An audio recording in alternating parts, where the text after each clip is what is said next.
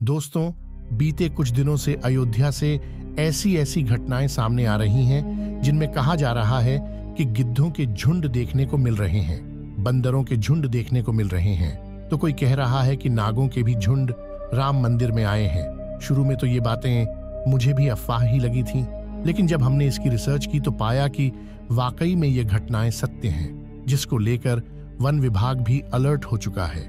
इन सब घटनाओं के पीछे आखिर कारण क्या है, यह तो हम नहीं जानते। कहा जा रहा है कि जीवित रूप में भगवान स्वयं आ रहे हैं। वहीं कुछ लोग ऐसे हैं जो यह भी कह रहे हैं कि गिद्ध का अयोध्या में आना अपशगुन हो सकता है, क्योंकि हम सभी जानते हैं कि भारत के अलावा पाकिस्तान जैसे देशों में राम मंदिर के खिलाफ साजिश भी रची जा रही है।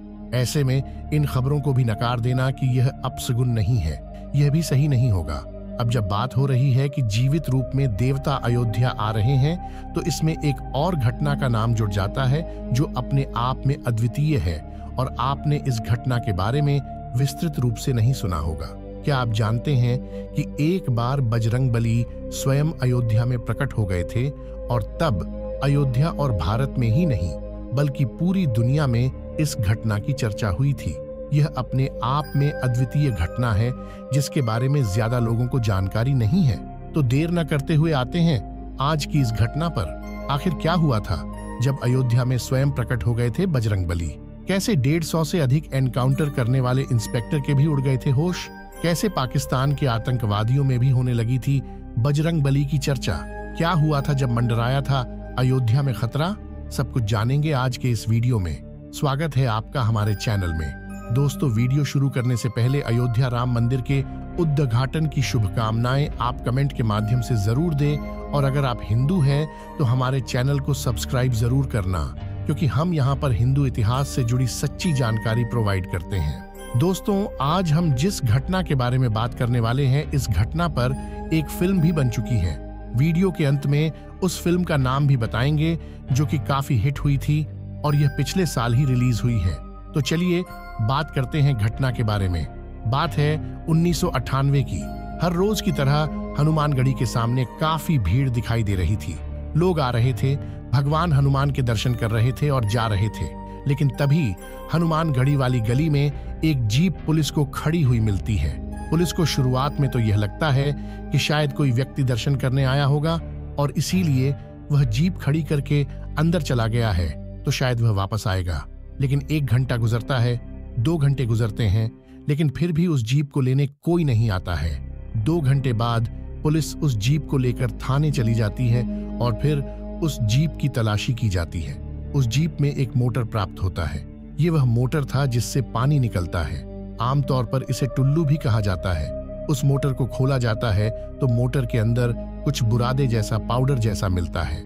पुलिस कुछ समझ नहीं पाती है और तुरंत ही एसटीएफ को बुलाया जाता है। उस समय एसटीएफ टीम को लीड कर रहे थे इंस्पेक्टर अविनाश मिश्रा।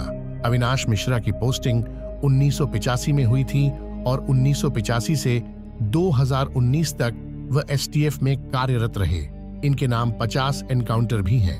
अविनाश मिश्रा जैसे ही पहुंचते हैं और देखते हैं, वह तुरंत बताते हैं कि यह तो आरडीएक्स है। एसटीएफ टीम को यह समझते देर नहीं लगती है कि आरडीएक्स अब पूरी अयोध्या में फैल चुका है। तुरंत ही पूरी अयोध्या को अलर्ट किया जाता है, और पूरी अयोध्या में 1 घंटे के अंदर ही 8 जगहों पर आरडीएक्स जब्त किया जाता है। यह अपने आप में काफी हैरान करने वाली घटना थी। यानी आतंकवादियों की यह साजिश थी कि पूरी अयोध्या को एक बार में ही नष्ट कर दिया जाए। क्योंकि यह जीप हनुमानगढ़ी के पास पाई गई थी, तो पूरी उम्मीद थी कि हनुमानगढ़ी में भी कहीं न कहीं आरडीएक्स रखा गया हो। एसटीएफ टीम तुरंत ही हनुमानगढ़ी की तलाशी करना शुरू करती है, लेकिन बहुत हाथ पैर मारने के बाद भी टीम को कुछ नहीं मिलता है। इंस्पेक्टर अविनाश मिश्रा थक हार कर बैठ जाते हैं, लेकिन तभी एसटीएफ टीम का ही एक सदस्य काफी देर में मंदिर के अंदर से निकलता हुआ दिखाई देता है। लेकिन यह सदस्य कभी एसटीएफ टीम में रहा ही नहीं था। अविनाश मिश्रा जैसे ही उस शख्स को आवाज देते हैं, वह व्यक्ति भागने लगता है। यह व्यक्ति पूरी तरह एसटीएफ दस्ते के ही यूनिफॉर्म में था। तुरंत ही टीम उसे दौड़कर पकड़ती है, और यह समझते देर नहीं लगती कि यह कोई आतंकवादी ही है। जैसे ही उस आतंकवादी को पकड़ा जाता है, वह आतंकवादी हंसने लगता है और हंसते हंसते कहता है, अरे तुम कुछ नहीं कर सकते, मैंने अब हनुमान घड़ी के अंदर टाइम बॉम्ब लगा दिया है और घड़ी देखते हुए वह कहता है, अब तो सिर्फ 1 मिनट बचे हैं, जाओ जो करना है कर लो। ये सुनकर तुरंत इंस्पेक्टर अविनाश मिश्रा हनुमान घड़ी के अंदर की तरफ भागते हैं। एसटीएफ टीम ने हनुमान घड़ी का कोना कोना छान मारा, लेकिन कुछ भी नहीं मिला। अब मुश्किल से 20 से 30 सेकंड का वक्त बचा होगा। तब टीम को लीड कर रहे इंस्पेक्टर अविनाश मिश्रा की नजर एक बंदर पर पड़ती है।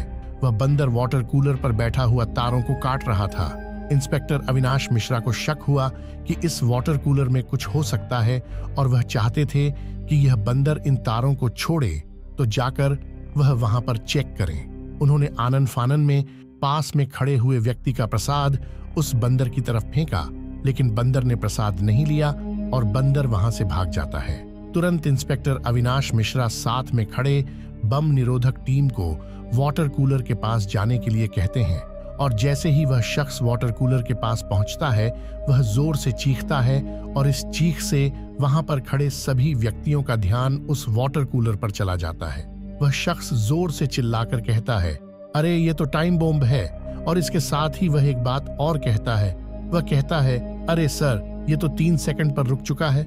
अविनाश मिश्रा को यह समझते देर नहीं लगती कि वह बंदर जिन तारों को काट रहा था, वह तार इस टाइम बॉम्ब के ही थे। अविनाश मिश्रा तुरंत उस बंदर को ढूंढने के लिए दौड़ने लगते हैं और तभी ढूंढते हुए अविनाश मिश्रा की नजर हनुमान घड़ी के शिखर पर जाती है, जहां पर एक बंदर मंदिर पर लगे कलश को सहला रहा था। पूरी टीम यह समझ जाती है कि छोटे वानर के रूप में स्वयं साक्षात बजरंग बली ही हनुमान घड़ी को बचाने के लिए आए हैं। सभी टीम के सदस्य भगवान हनुमान के आगे दंडवत प्रणाम करते हैं। इंस्पेक्टर अविनाश मिश्रा सहित सभी टीम के सदस्यों की आंखों से आंसू बह रहे थे, हाथ जोड़े हुए थे और अपने आप को वह भाग्यशाली समझ रहे थे कि आज उन्हें साक्षात हनुमान जी के दर्शन प्राप्त हुए हैं और थोड़ी ही देर में वह छोटा वानर आंखों की दृष्टि से ओछल हो जाता है। अविनाश मिश्रा स्वयं बताते हैं कि हमने जो भी उस दिन देखा वह एक सपने जैसा था। हम सोच भी नहीं सकते थे कि बजरंग बली ऐसे अपने भक्तों को बचाने आएंगे। अविनाश मिश्रा बताते हैं कि यह उनके जीवन की सबसे अद्भुत घटना थी, यानी बजरंग बली ने स्वयं आकर के न सिर्फ अयोध्या को बचाया बल्कि अपने सैकड़ों भक्तों की जान बचाई। ये वाकई में अद्भुत घटना थी, अविश्वसनीय थी, अकल्पनीय थी। इस घटना को इंस्पेक्टर अविनाश मिश्रा पर बनी फिल्म इंस्पेक्टर अविनाश में भी दिखाया गया है, जो पिछले साल 2023 में रिलीज भी हुई थी। तो दोस्तों, आज हमें यह लगा कि यह घटना आप तक अवश्य पहुंचानी चाहिए, तो हमने पहुंचाया। अब आपकी बारी है कि इस घटना को और भी लोगों के साथ शेयर करें। इसको लेकर के इंटरनेट पर तमाम आर्टिकल्स आपको मिल जाएंगे, तमाम वीडियोस मिल जाएंगे और तो और वह फिल्म भी मिल जाएगी जिसमें इस घटना को दिखाया गया है।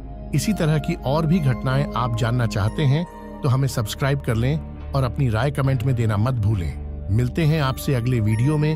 तब तक के लिए जय हिंद, जय भारत, वंदे मातरम, जय बजरंग बली।